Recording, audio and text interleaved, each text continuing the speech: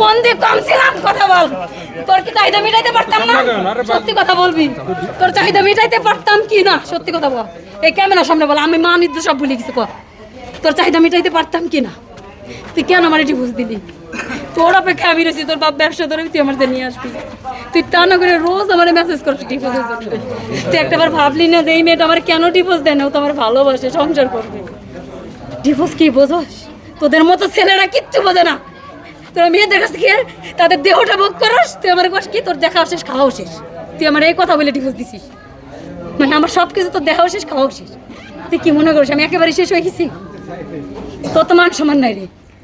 তো লজ্জা থাকলে তুই আমার অন্তত ডিভোর্স দিতি না, যে 6 মাস পরে লড়ে যায় আবার আমি নিয়ে আসবো। ও সংসার করবে, তোর পায়ে ধরছি, আমার সব রেকর্ডিং আছে। আমি তোর পায়ে ধরছি, তুই কি কইছিস আমি 25 তারিখে বিয়ে করবো? কইছিস না? এটা বলছিস কি না? প্রমাণ আছে। আমি কি কইছিস যে সম্রাট আমি তোমারে ভালোবাসি? তোমার আল্লাহর দোহাই লাগে এই ডিভোর্স আমি মানি না, তুমি আমার নিয়ে যাও। কইছি কি না?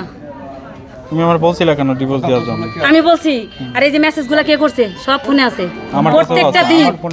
হ্যাঁ এই ভাইয়া, ও আমার প্রতিদিন ডিভোর্স। আমি কইছি আমি দেবো না, বলে তুমি দাও। কেন? একটা মেয়ে জীবন কাটবে, আমি এইটুকু জানতে চাই।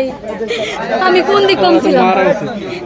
ঠান্ডা করে ওই যে একটা ভয়েস আমারে দিছিল না, দুটো ভয়েস, ওই ভয়েসগুলো বের করে মনে দেখাও যে আমি তো ডিভোর্স দেব না। দিছো না, সেই দিছে। হ্যাঁ দেখাও, এত পাগলামির কি আছে? সব কথা প্রুফ ফোনে হবে। আমি ওরে বলছি যে আমি দেবো না বিধে, কিন্তু ওরে বলছি আমার বিশ্বাস ছিল যে অন্তত আমার ডিভোর্স দেবে না।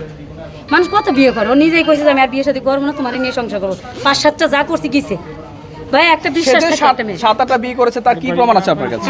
কি প্রমাণ আছে? প্রমাণ আমার কাছে আছে যে মেয়েরা, আপনারা ওয়েট করেন। ওই মেয়েগুলো আছে আপনার কাছে লাইনে? মেয়েগুলো সবই আছে। ওই কি মনে করে বললাম কি যে কাগজ বাইর করে নিয়েছে, আপনার সমস্যা নেই। দাঁড়ান,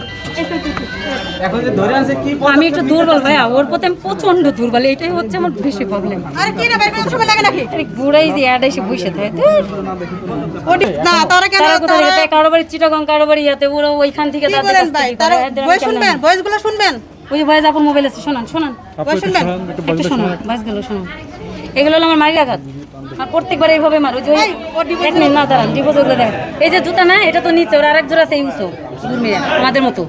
ওগুলা দিয়ে আমার যেখানে পাড়ায় সেখানে আমার পুরো গাল, মানে ভিতরে তো শুধু মহিলা ডাক্তার হয় না। এগুলো কি মিথ্যে বলেন? ওনাকে নিবে কে এখন? কাকে? ওনাকে কে নিবে এখন? আপনি উনি নিবে, কে নিবে? আমরা একজনও নেব না। তাহলে ওনার এখন কি হবে? আপনি এমন ভাবে ধরেন অনলাইনের জগতে কোনো মেয়ে ওকে থুতু ছাড়া যেন ওর ভালো না বাসে, বউ না হয়। আমি এইটুকু চাই, ওর চরম শিক্ষা দেন। এখন স্বামী হিসাবে ওনাকে গ্রহণ করবে কি আপনি না উনি? কেউ করবে না। কেউ করবে না? স্বামী হিসাবে কেউ তো ডিভোর্স দিতে আমার পানোটা বুঝাই দিতে পারে। ও আচ্ছা আচ্ছা, পাওনা বুঝাই দিতে পারে। না সেটা আমরা জানতে চাচ্ছি, একটু আমার বলেন 2 আমাদেরকে। বছর কোনো ভরণ পোষণ করে নাই সে। আচ্ছা। উল্টা আমারটাই তার কাছে 3টা ফোনে টাকা পাবো। 3টা ফোনই, 2টা জোয়ার কোটে, একটা ওর কাছে। 3টা ফোন। আচ্ছা, কোনো মামলায় যাবেন কি? আমি আসতেছি পরে বলবো। মাইক্রোফোনে দিয়ে দেন আপু। ওইখানে ধরে রাখেন আপা। এই যে আপনাদের বিরুদ্ধে যে এই জানা আছে, আসলে এই বিষয়ে কোনো মামলা নেবেন কিনা? আপু ওটা আপনারা দেন। মামলার বিষয়ে আমি আপাতত শুনি এগুলো পরে। কিভাবে বলেন? আপনারা ওরে কি পচাইতে পারবেন নাকি? অল বাংলাদেশে সেটা বলে। আপনাদের এই জন্য ঢাকা একটা অসহায় মেয়ের বিচার আপনারা করবেন, আমার মতো আর অসহায় মেয়ে যেন ওর ফাঁদে না পড়ে। বুঝতে পারছেন? আমি এখানে আমার কারণ কি? আমার কোনো লাভ আছে? আমার কোনো উদ্দেশ্য আছে? এটাই তো পৌঁছবে, আমরা তো পৌঁছাতে না না, আমার এখানে কোনো লাভ আছে, কোনো উদ্দেশ্য আছে? কোনো উদ্দেশ্য নাই, কিন্তু 10টা মেয়ে যেন অ্যালার্ট হয়ে যায়। লাস্ট শর্টে আপনার কাছে হ্যাঁ, আজকে প্রথম দেখা। মানে আপনাকে কি প্রতিশ্রুতি দিয়েছে একটু আপু, বলেন। আমাকে এসে প্রতিশ্রুতি দিয়েছে আমার মতো ছেলে কোথাও পৃথিবীতে পাবে না, আমি নায়কের সব গান শোনায় ওরে, এখন গান গাইতে কোন? এই গান বলেন। গান বন্ধ করলে গালের পিছনে চড় হবে। তুই গান শোনায়, গান শোনাইছিস না? সব বয়স আছে, গান শোনাচ্ছে। তুই গান গাইতে পারোস, ডান্স করতে পারোস, সবই তো পারোস। এখন দেখি ইয়ারও তো এগুলোকে বিয়ে করছিলি, ইয়ারও তো এগুলোকে বিয়ে করছিলি। জি আমি ডান্স করতে পারি, আপনি চাকরি করি, এতগুলো বিয়ে করতে হয় কেন জিমেলে। ভাই একটু বলেন তো? হ্যাঁ তোর হয় না? এই যে অভিযোগটা আছে একটু বলেন। আপনি তো একজন পুরুষ মানুষ, সারা বাংলাদেশে ও পুরুষ কিসে? ওরে কেউ পুরুষ কোন আপনারা? বলেন। আপনি পুরুষ নামে আসলে মাগির কি থেকেও কলঙ্ক খারাপ, হয়ে মানে গেলেন মেয়ে মানুষের কিনা কাছ একটু থেকে জানতে টাকা নিয়ে চাই। জীবন চালায়। পুরুষ ও বিয়ে কিসের করতেই পুরুষ? পারে, তাই না? কিন্তু আপনি এইভাবে কেন করলেন একটু বলেন আপনি আমাদের একটু বলেন। এটা আমার আপনার মুখ থেকে শুনতে চাই ভাই। পুরো পুরো পুরো। পাইতেছি না রে, অনেক তো। এই যে বয়স, আরে পাগল। আপনার স্ত্রী যে অভিযোগটা করছে একটু বলেন আপনি।